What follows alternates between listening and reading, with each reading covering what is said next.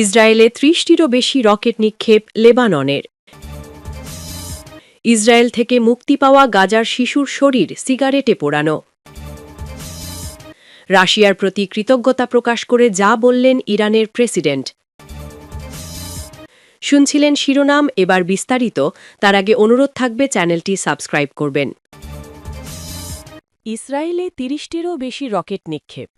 দক্ষিণ লেবানন থেকে উত্তর ইসরায়েলের শহর হাইফা এবং ক্রায়ট এলাকাকে লক্ষ্য করে কয়েক মিনিটের মধ্যে ৩০টিরও বেশি রকেট ছোড়া হয়েছে বলে জানিয়েছে ইসরায়েলের চ্যানেল ১২। বৃহস্পতিবারের খবরে বলা হয়েছে, বিভিন্ন স্থানে রকেটের ধ্বংসাবশেষ আছড়ে পড়েছে, তবে এখন পর্যন্ত কোনো হতাহতের খবর পাওয়া যায়নি। হাইফা, নাহারিয়া এবং উত্তর ইসরায়েলের অন্যান্য এলাকায় সতর্কতামূলক সাইরেন বেজে ওঠে।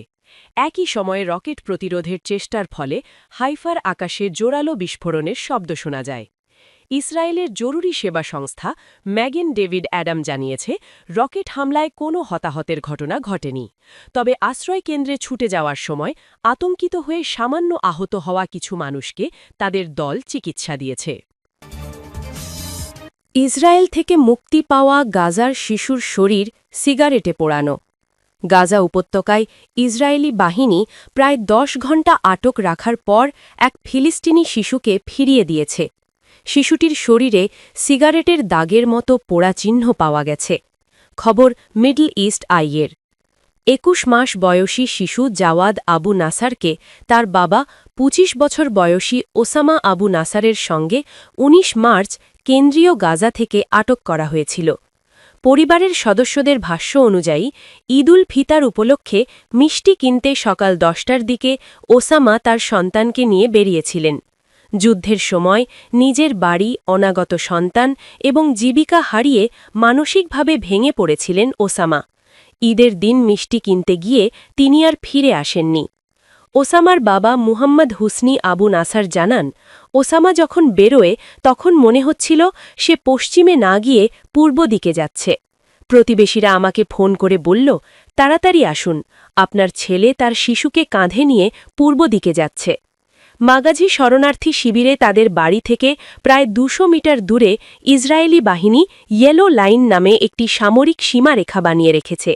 গাজায় এটি একটি নিষিদ্ধ এলাকা হিসেবে চিহ্নিত, যেখানে গেলে সাধারণ মানুষ ঝুঁকিতে পড়ে। প্রতিবেশীরা জানান, ওসামা সেখানে পৌঁছনোর পর ইসরায়েলি বাহিনী তাকে লক্ষ্য করে গুলি না চালিয়ে তার আশেপাশে গুলি ছোড়ে। ওসামার বাবা বলেন, বেচারা বুঝতেই পারছিল না যে সে কি করছে, তাই হাঁটতেই থাকে। রাশিয়ার প্রতি কৃতজ্ঞতা প্রকাশ করে যা বললেন ইরানের প্রেসিডেন্ট। যুক্তরাষ্ট্রের সঙ্গে চলমান উত্তেজনার প্রেক্ষাপটে রাশিয়ার প্রেসিডেন্ট ভ্লাদিমির পুতিনের বার্তা এবং রুশ জনগণের সমর্থন ইরানকে অনুপ্রাণিত করছে বলে জানিয়েছেন ইরানের প্রেসিডেন্ট মাসুদ পেজেশকিয়ান। বৃহস্পতিবার ২৬ মার্চ দেওয়া এক বক্তব্যে তিনি বলেন, রাশিয়ার জনগণের সমর্থন এবং পুতিনের বার্তা এই যুদ্ধে আমাদের সাহস যোগাচ্ছে। তিনি আরও বলেন, ইরানি জনগণের প্রতিরোধ এবং সাহস আঞ্চলিক দেশগুলোর মাধ্যমে পূর্ব এশিয়ার নিরাপত্তা জোরদারে নতুন সম্পর্ক গড়ে তুলবে। রাশিয়ার সরকার এবং জনগণের প্রতি কৃতজ্ঞতাও প্রকাশ করেন তিনি।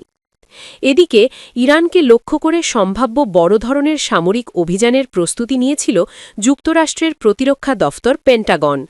মার্কিন সংবাদ মাধ্যম অ্যাক্সিওসের এক প্রতিবেদনে বলা হয়, চূড়ান্ত আঘাত হানতে স্থলবাহিনী ব্যবহার এবং ব্যাপক বোমা হামলার পরিকল্পনাও বিবেচনায় ছিল। প্রতিবেদন অনুযায়ী তেহরান ও ওয়াশিংটনের মধ্যে আলোচনায় অগ্রগতি না হলে পরিস্থিতি নাটকীয়ভাবে সামরিক সংঘাতে রূপ নিতে পারত। পরিকল্পনার অংশ হিসেবে কৌশলগতভাবে গুরুত্বপূর্ণ খার্গ, লারাক ও আবু মুসা দ্বীপসহ কয়েকটি স্থানে অভিযান চালানো এবং হরমুজ প্রণালীর পূর্বদিকে ইরানি তেলবাহী জাহাজ অবরোধের বিষয়টিও বিবেচনায় ছিল। মার্কিন কর্মকর্তাদের কেউ কেউ মনে করেন, অপ্রতিরোধ্য শক্তি প্রদর্শন করলে আলোচনায় যুক্তরাষ্ট্রের অবস্থান আরও শক্তিশালী হতো। কূটনৈতিক সূত্র জানায়, তুরস্ক, পাকিস্তান এবং মিশর এখনও দুই পক্ষের মধ্যে আলোচনা আয়োজনের চেষ্টা চালিয়ে যাচ্ছে। যদিও ইরান যুক্তরাষ্ট্রের প্রাথমিক দাবিগুলো প্রত্যাখ্যান করেছে, তবে পুরোপুরি আলোচনা থেকে সরে যায়নি। অন্যদিকে ডোনাল্ড ট্রাম্প এখনও সম্ভাব্য সামরিক পদক্ষেপ নিয়ে চূড়ান্ত কোনো সিদ্ধান্ত নেননি বলে জানা গেছে। হোয়াইট হাউসের কর্মকর্তারা সম্ভাব্য স্থল অভিযানকে এখনও কাল্পনিক হিসেবেই দেখছেন।